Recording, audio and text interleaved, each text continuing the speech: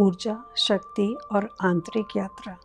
इस ब्रह्मांड में जो कुछ भी है, यहाँ तक कि मनुष्य भी, सब ऊर्जा या शक्ति है। ब्रह्मांड और मानव शरीर दोनों ही कंपन या वाइब्रेशन के सिद्धांत पर कार्य करते हैं। विज्ञान इसे ऊर्जा या एनर्जी कहता है और धर्म इसे प्राण शक्ति कहता है।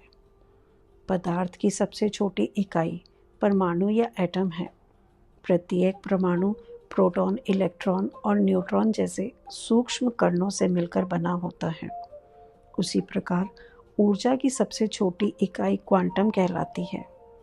इसीलिए ये समझना अत्यंत आवश्यक है कि ऊर्जा कैसे प्रवाहित होती है और हमारे जीवन को कैसे प्रभावित करती है। मनुष्य केवल ऊर्जा या शक्ति ही है। यह अदृश्य शक्ति ही हमारे शरीर का ईंधन है।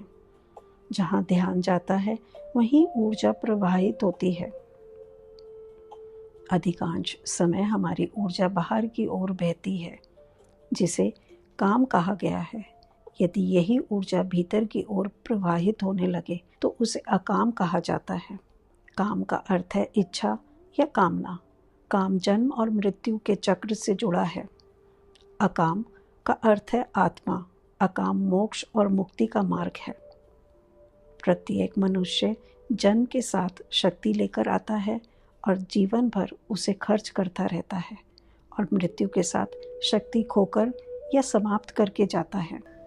यदि कोई व्यक्ति इस शक्ति को नष्ट किए बिना उसे जागृत और सुरक्षित रखते हुए जीवन पूर्ण करता है तो कहा जाता है कि उसे पुनर्जन्म लेने की आवश्यकता नहीं रहती।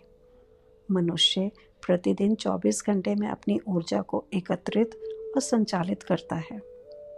भोजन से ऊर्जा प्राप्त होती है, नींद से ऊर्जा सुरक्षित रहती है, व्यायाम से ऊर्जा जागृत और सक्रिय होती है। ऊर्जा अनेक प्रकार के कार्यों में खर्च होती है। बोलना, चलना, बैठना, खड़ा होना, खाना, पीना, स्नान करना इत्यादि। इसके बाद यही ऊर्जा मुख्यतः आजीविका कमाने में तथा अंततः यौन क्रिया के माध्यम से तनाव मुक्ति के लिए खर्च होती है। इसी कारण काम और यौन को अनेक बार समानार्थी माना जाता है। यदि हम ऊर्जा को केवल खर्च ना करके उसे नई दिशा दें तो वही ऊर्जा ऊपर की ओर उठ सकती है। कैसे? पहला, वर्तमान में जीना। भूतकाल सिर्फ और सिर्फ स्मृतियां हैं तथा भविष्य केवल इच्छाएं। कामना के लिए भविष्य आवश्यक है क्योंकि इच्छा हमेशा आने वाले समय से जुड़ी होती है। समय का वास्तविक स्वरूप केवल वर्तमान क्षण है। वर्तमान एक सरोवर की भांति गोलाकार है जिसमें ऊर्जा भीतर ही घूमती रहती है। बाहर निकलने के लिए कोई मार्ग नहीं होता। ऊर्जा तभी बाहर जाती है जब भविष्य की कोई कामना या इच्छा होती है।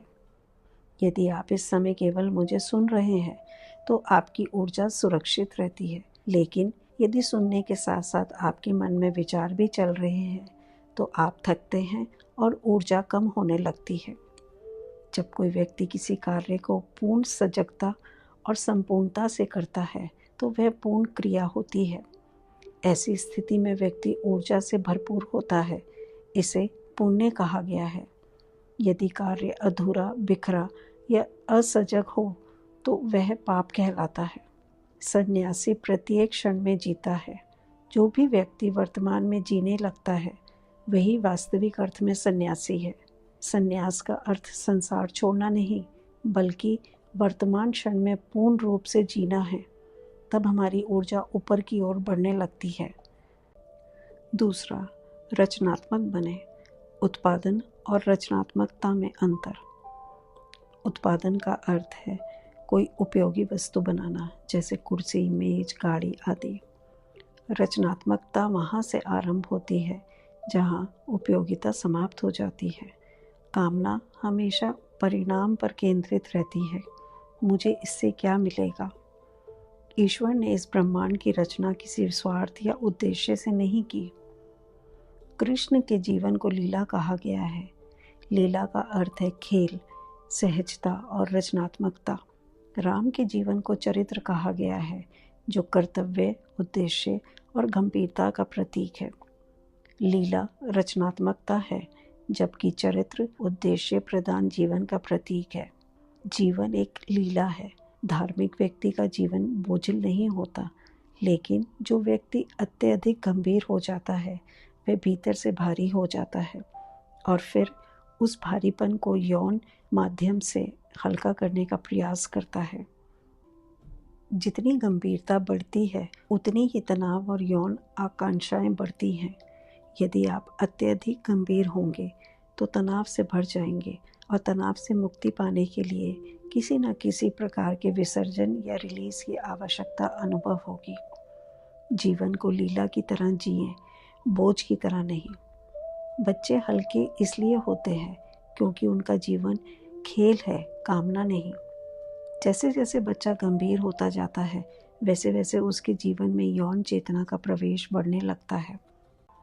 आधुनिक शिक्षा, जीवन शैली, संस्कृति और सभ्यता बच्चों को समय से पहले मानसिक रूप से भारी बना देती है, जिससे वह अपनी ऊर्जा को मुक्त करने के लिए यौन आकर्षण की ओर अधिक झुकते हैं। प्राचीन गुरुकुल व्यवस्था में युवा लगभग 25 वर्ष की आयु तक अपेक्षाकृत इस मानसिक भारीपन से दूर रहते थे। जहाँ ध्यान जाता है ऊर्जा वहीं जाती है। यदि भीतर की ओर भी कुछ प्रयास करेंगे तो ऊर्जा भीतर प्रवाहित होने लगेगी। तब जीवन से काम धीरे धीरे समाप्त होगा और अकाम विकसित होगा। जब व्यक्ति रचनात्मक बन जाता है तो उसकी ऊर्जा ऊपर उठने लगती है। कहा जाता है कि हिटलर कलाकार बनना चाहता था, लेकिन उसके माता पिता ने इसका विरोध किया। यह उदाहरण इस विचार को व्यक्त करने के लिए दिया जाता है कि यदि रचनात्मकता को अभिव्यक्ति न मिले तो वही ऊर्जा विनाशकारी दिशा भी ले सकती है। तीसरा, अपनी इंद्रियों को भीतर की ओर मोड़ें। हमारी आंखें हमेशा बाहर देखती हैं।